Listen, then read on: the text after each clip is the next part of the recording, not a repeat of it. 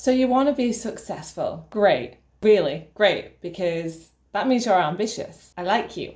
It's really great to have ambitions to be successful. I'm guessing that maybe you've already started thinking about what you need to do to start being successful. Whatever success means to you, it's different for everyone. Perhaps success means to you that you want to start your own business. You want to be able to buy your own first house outright. You can drive around in that nice fast car. That you can get a job that is financially stable. Perhaps it's getting a promotion in the job that you're currently in. And so you may have started to think about the steps that you need to do to get to that goal. It might look a little bit like paying for some more educational courses so that you can improve your knowledge and expertise in a certain area, opening a savings account, paying for some business coaching, whatever it may be. These kind of things usually involve some kind of financial aspect. You need to put some kind of money in to invest into your success. But the question that I want to ask is, what are you investing into yourself? Because if you want to be successful, you've got to have a strong base foundation. That base foundation is you. Now, here's why. Being an entrepreneur or being in any kind of high demanding job is hard work. There's a lot of shit that comes with it. Sure, it can really pay off. It can be a great lifestyle. You can have that freedom of being your own boss or being financially stable, but it does come with a lot of shit. It can be really demanding on your mental health. Stress and burnout, these become very, very familiar. It can cause problems in relationships, relationship breakdowns, not being able to spend enough time with your family. It can be long days, long nights, your social life may take a little bit of a backseat. I don't want to put a damper on being ambitious and wanting to be successful. This is not what I'm doing. But I do want to keep it real that it comes with a lot of head fuckery.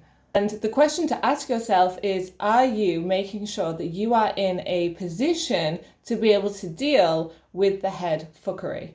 Because if you do not have that in place, then it's going to be very difficult to reach your goals and to be successful. How much are you investing in yourself right now? What are you investing into your health and fitness, your mental well-being, and your personal development? These are key areas if you want to be successful. We really tend to put ourselves on the back seat when it comes to this kind of stuff, and we just think that we gotta grind away, hustle at it for as long as need be until we get to where we want to be.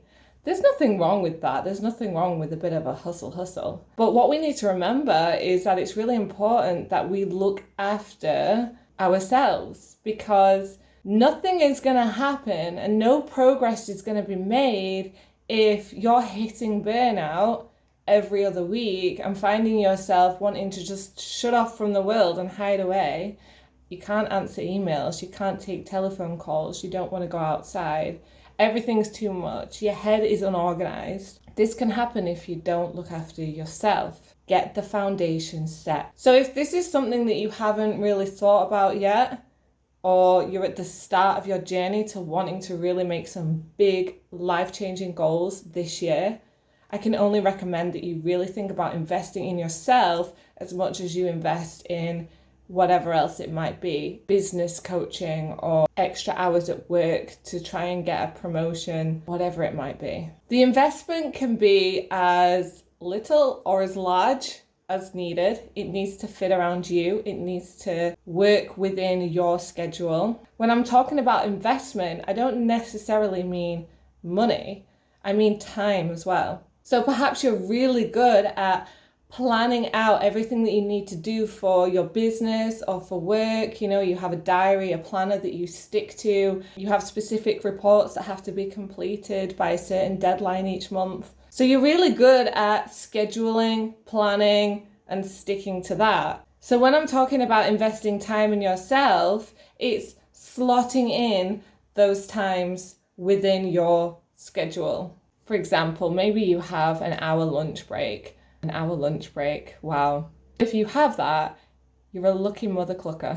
What you could be doing on your lunch break is, instead of, taking 30, 40 minutes completing the report that you already started on, or to do a couple of extra little tasks so that you can be ahead of your work. Perhaps try switching that spare time that you have to be more about working on yourself. Maybe you could spend 10 minutes watching a video around personal development and how you can improve your communication skills, or your negotiation skills, or emotional awareness, whatever it is that you feel like you need a little bit more development in.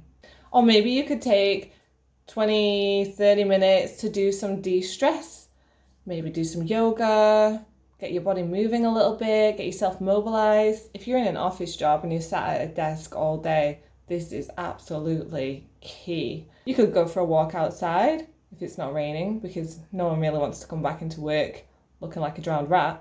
Perhaps you could do some meditation, some calming breath work somewhere. That's just on your lunch break, But I'm talking about also maybe when you get home in an evening, what are you doing? Are you still working on the reports? Are you still replying to emails? Where are your boundaries? Do you have boundaries? I know I struggled with this when I was working back in my manager's role. I just wanted to always be on hand to solve any problems. And I don't see anything wrong with that, but I think I didn't have a good enough balance, and I didn't have enough boundaries in place. And so my working hours wouldn't really be 8 or 9 hours. It would be more like 12 to 15 hours. And because of that, I wouldn't be able to relax and unwind, because I'm constantly worrying about the phone going, or making sure that everything is okay, or I'd be just having a little look through my emails, just to look, but then I find myself half an hour later responding to all of the emails during my out of hours time. And I did this on holidays as well. I mean, we have annual leave so that we leave work, so that we do not work. But it can be really difficult sometimes when you pride yourself on your work, and you're really committed and you just love your work. It can be really difficult to step back from it for a week or even a few days sometimes. And so you find yourself scrolling through the emails while you're sat on the beach or out for a meal with friends.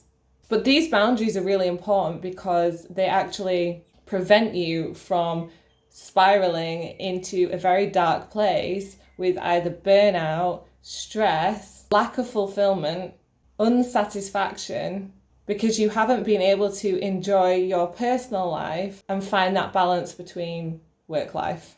So if your goals this year, if your 2022 goals this year are to really start stepping up, leveling up towards your success, building your empire, then that's fantastic, and I'm rooting for you. But don't forget to invest in yourself. Your personal development is just as important as your career goals or business goals. Like I say, you're no good to anyone, including yourself, if you are burnt out, depressed, frustrated, confused, struggling with brain fog, feeling unsatisfied, all of these kind of things. If you're struggling with these, then your success is going to be impacted. So perhaps rather than focusing so much on the steps that you need to take within your career and your business to reach your goals, turn that focus onto yourself and look at how you can develop yourself and therefore complement your goals and steps to success. Thanks for watching. Have a great week.